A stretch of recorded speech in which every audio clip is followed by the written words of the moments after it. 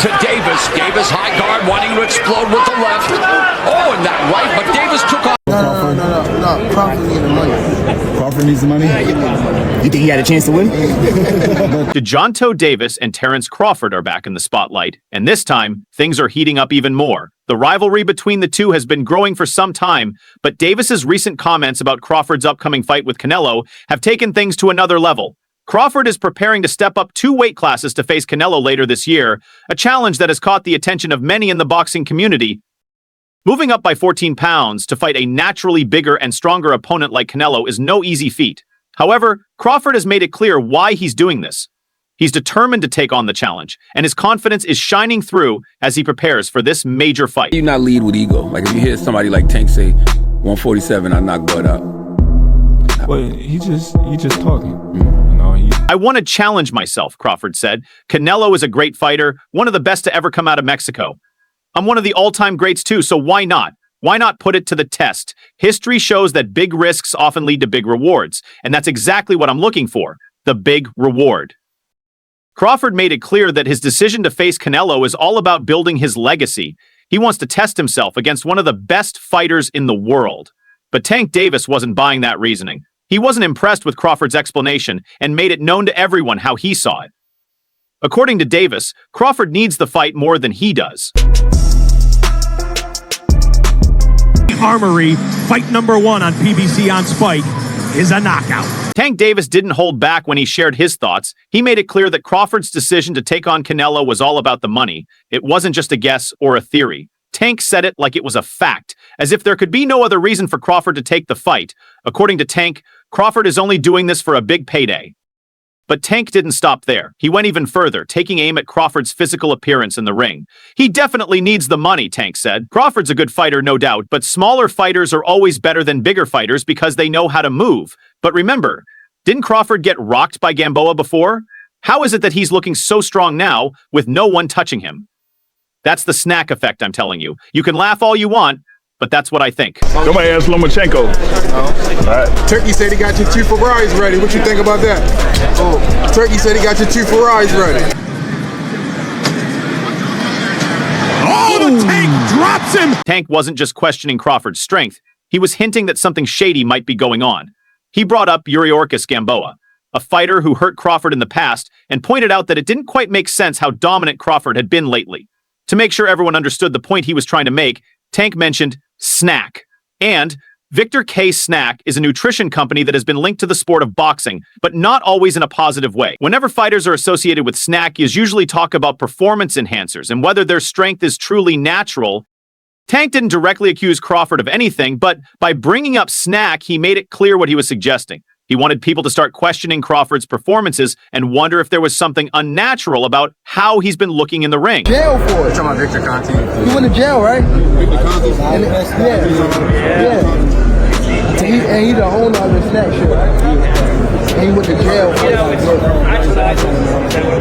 Now it's like, you see, I don't want to throw him out of the bucket. You see, Davis took off some of the steam of the punch, but still, Roach leaning with Crawford. He took a knee. He took a knee.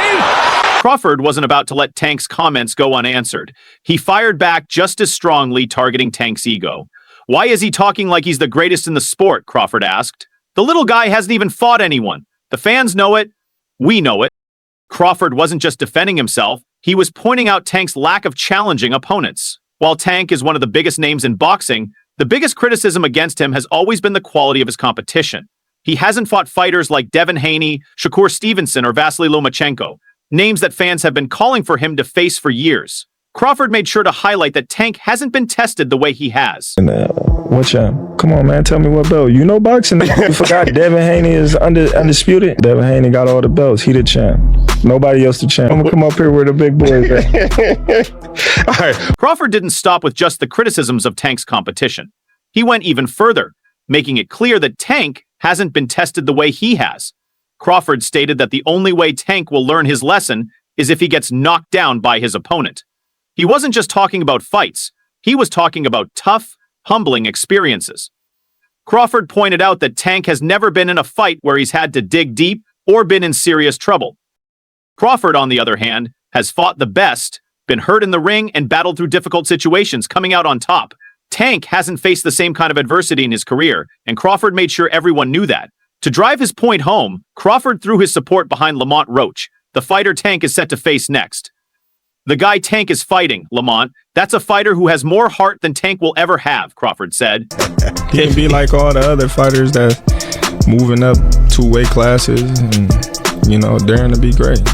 You would fight him. Man, tell him to come up there. He got to come to win 54. He said I got a glass chin. So tell him to come and touch it. Wow. Oh, man. Davis leading with the left. Right hook. Crawford didn't just praise Lamont Roach, he used him as an example to call out Tank's whole approach to boxing. He pointed out that Roach, someone with far less fame and fewer big paydays, is more willing to take risks than Tank ever has been. That's a tough jab, because if there's one thing Tank doesn't want, it's to be seen as a fighter who plays it safe. According to Crawford, Lamont Roach isn't handpicking easy opponents like Tank does. So, Crawford suggested, Tank shouldn't be talking about fighters being after money when he's not taking the tough challenges himself. Right? I know we last talked Big Bro first to Tank, right? And then, or is it... Whoever! I told Tank.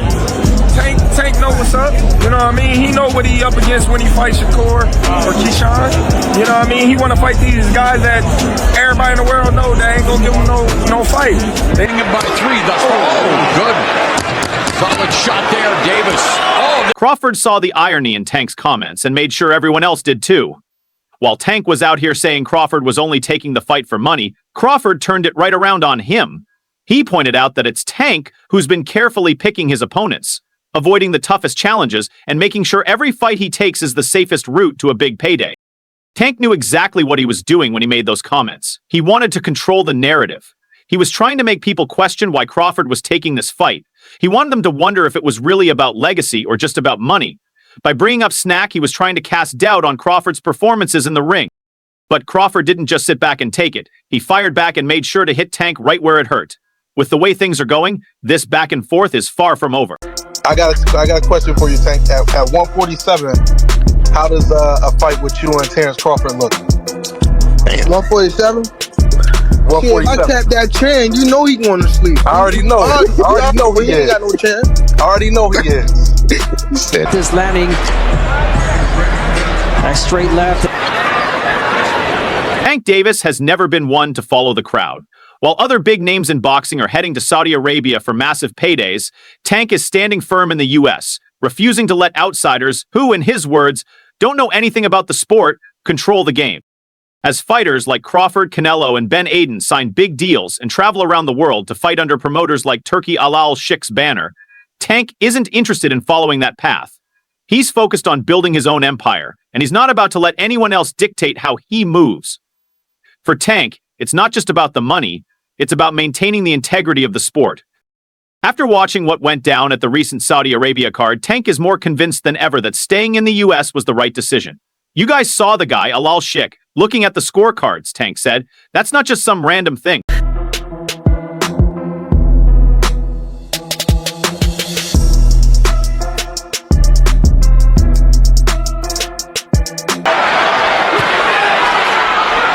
Final 60 seconds. This is Tank Davis calling out something he believes is deeply wrong. During the fight between Carlos Adames and Hamza Shiraz, Al Sheikh was caught on camera standing behind Shiraz's corner, holding up 2 fingers. Many people believe he was signaling that Shiraz needed a knockout to win the fight. Right after that, the fight ended in a controversial draw, which allowed Adames to keep his WBC middleweight title. The WBC and the British Boxing Board of Control tried to brush it off, claiming that Al Sheikh couldn't have possibly known the scorecards.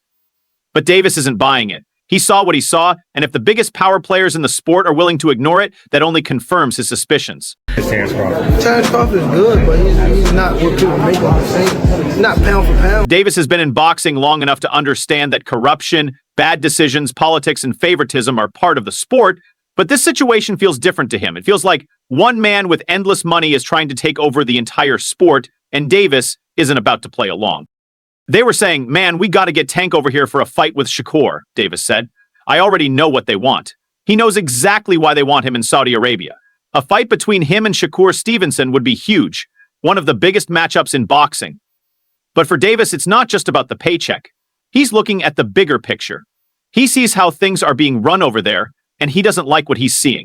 What I care about these titles for? You can't eat no belt.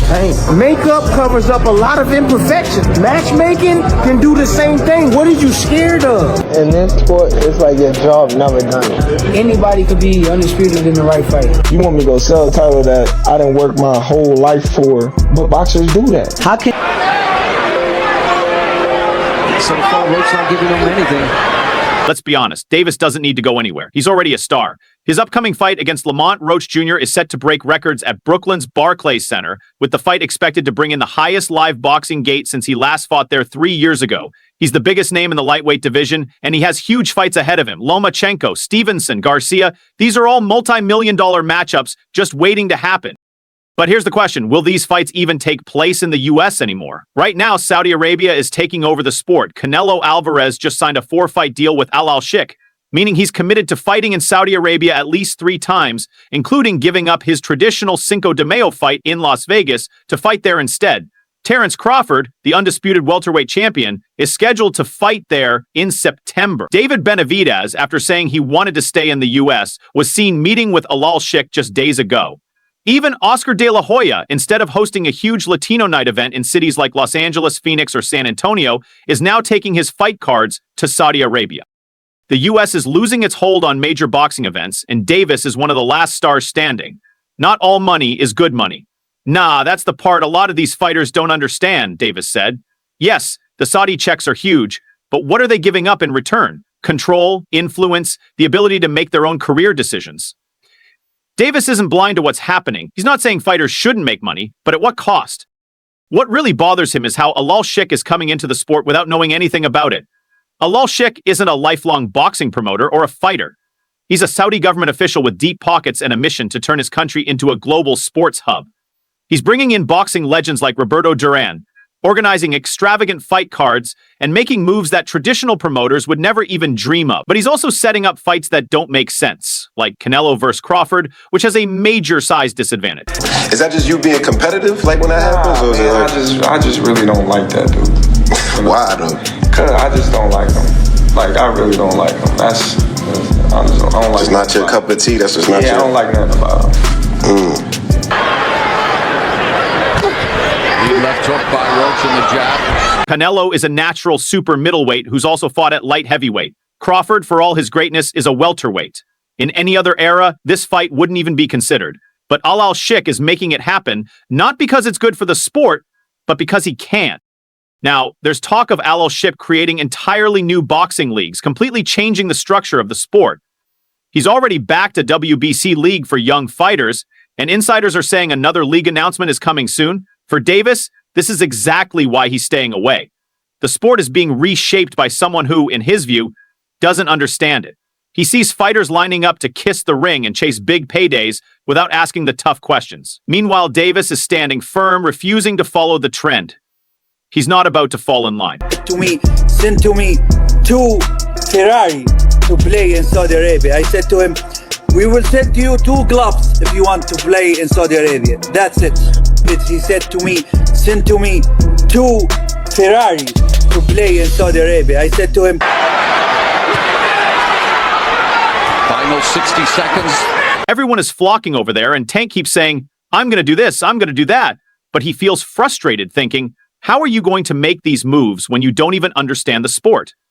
He watches as boxing's biggest names sell out, and no one is questioning whether this is actually good for the sport. The reality is, Davis is in a rare position. He's one of the few fighters who can afford to take this stand. Most boxers can't turn down big paydays, but Davis isn't like most. He's already one of the highest paid fighters in the world. He sells out arenas. His pay-per-view numbers are massive, and he's financially secure.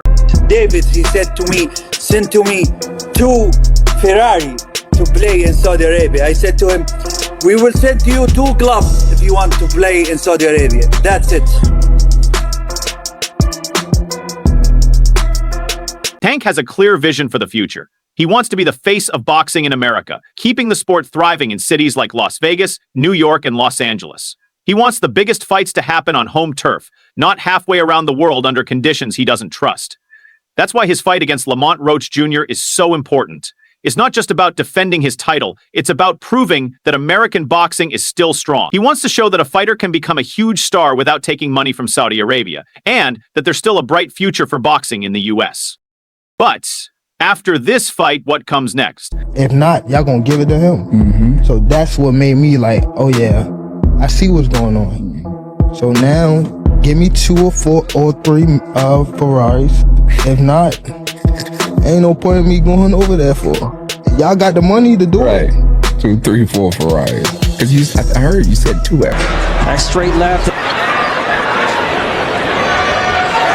Terence Crawford doesn't just view Gervonta Davis as another fighter or champion in the sport. To Crawford, Davis represents something much more personal. It's not about competition, weight classes, or pound-for-pound rankings. It's about who Davis is as a person. And that's where Crawford draws the line.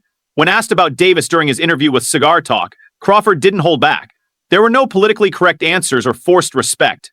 He made it clear he doesn't like Gervonta Davis. I mean, I was advised that.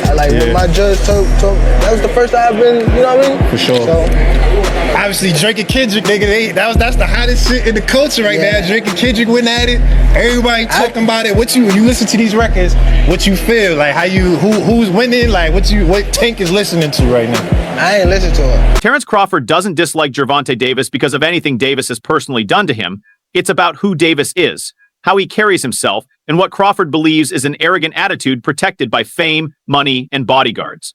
Crawford didn't hold back when talking about Davis, saying, "Man, I really don't like that dude. I just don't like him. I don't like anything about him."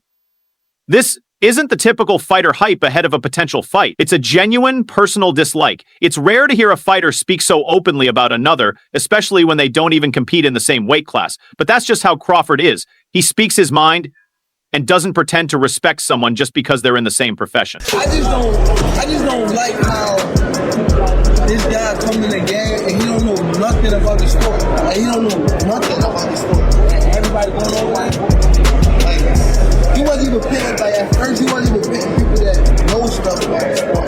And people just saying like, yeah, I'm gonna do this. Davis high guard wanting to explode with the left. Oh, and that right, but Davis took off some of the... To Crawford, Davis is a fighter who relies heavily on his public image. He's built a tough guy persona that shines when the cameras are rolling, but Crawford believes he wouldn't act the same way without security or the spotlight on him. It's not about Davis's ability in the ring. Crawford gave him credit for that. Instead, it's about his attitude, how he behaves, and the way he carries himself outside of the gym or the public eye. As expected, Davis didn't take Crawford's comments lightly. As soon as they went viral on social media, Davis fired back with a post of his own, just as direct as Crawford's interview, but in typical Tank fashion, the post was quickly deleted, gone as fast as it appeared. That's Davis's style. He throws out a shot, then pulls back, leaving just enough for people to talk, but not enough for it to linger too long. Are you just not interested in fighting over there? It's not that, but they came at me wrong the first time they ever came at me, which they said I will fight Devin. And then when he was saying like Devin was his guy, so I'm like, if Devin your guy, y'all gotta pay. Here for Roach in round 7. Oh, and a right hand by Roach. Another right. Even though Davis quickly deleted his post, the tension between him and Crawford is still clear. This isn't the first time they've had online clashes, and there's always been some underlying hostility whenever they talk about each other. But this time, Crawford took things further than just Twitter jabs and Instagram comments. He addressed the situation in a full interview, making it clear that this wasn't just about boxing or competition, it was personal. And that's not even touching on the bigger issue between them, Stevenson. If there's anything that could make their rivalry even more intense, it's Crawford's view on a possible fight between Davis and Stevenson. Shakur against Tank. Okay, yeah, so yeah, you and Canelo Alvarez were not on the same page last year. Now you are. Gervonta Davis, you're giving an invitation to Gervonta Davis. I don't take anything as a personal. I take it as I am professional. Right. Shakur Stevenson is someone Crawford has been close with for years. He's not only watched him rise through the ranks, but he's also mentored him along the way. So when the topic of a potential fight between Stevenson and Davis came up, there was no question about who Crawford was supporting. But it wasn't just about loyalty. Crawford didn't say Stevenson would win just because they're friends. He broke it down by pointing out that he genuinely believes Stevenson is the better fighter. Crawford made it clear that aside from personal ties, Shakur's boxing skills and talent put him ahead. If we was to fight right now on the streets, I'll break your fucking neck. And that's on my kids. And you know it, I know it, and the whole world know it. And I'm not talking about no fighting in the ring. If me and you was to fight outside, I would... A lot more. That left is landing. That's straight. Crawford didn't downplay Shakur Stevenson's talent at all. In fact, he highlighted that Davis has never faced anyone quite like him. He reminded everyone how people used to call Floyd Mayweather boring and question his power, just like they do with Stevenson. But Crawford pointed out that Floyd was a defensive master, and in his eyes, Stevenson has a similar style. The big difference in a potential fight with Davis is that he won't be able to land his usual punches on Stevenson the way he does with others. Hopefully I fight Ryan again. If they're not on some whole shit, I text that ass again. Tell them boys to give me 150 M's. I'm coming. You know what I mean? When I start streaming out that, yeah, niggas start talking that, stop it, knock it off, cuz. Stop it. This isn't the first time people have said Tank Davis would have a hard time against a skilled technical fighter. Similar comments were made before his fights with Hector Luis Garcia and Ryan Garcia, and in both cases, Davis ended up stopping them. So what do you think about Crawford's comments? Share your thoughts below, and don't forget to like and subscribe to the channel for more updates.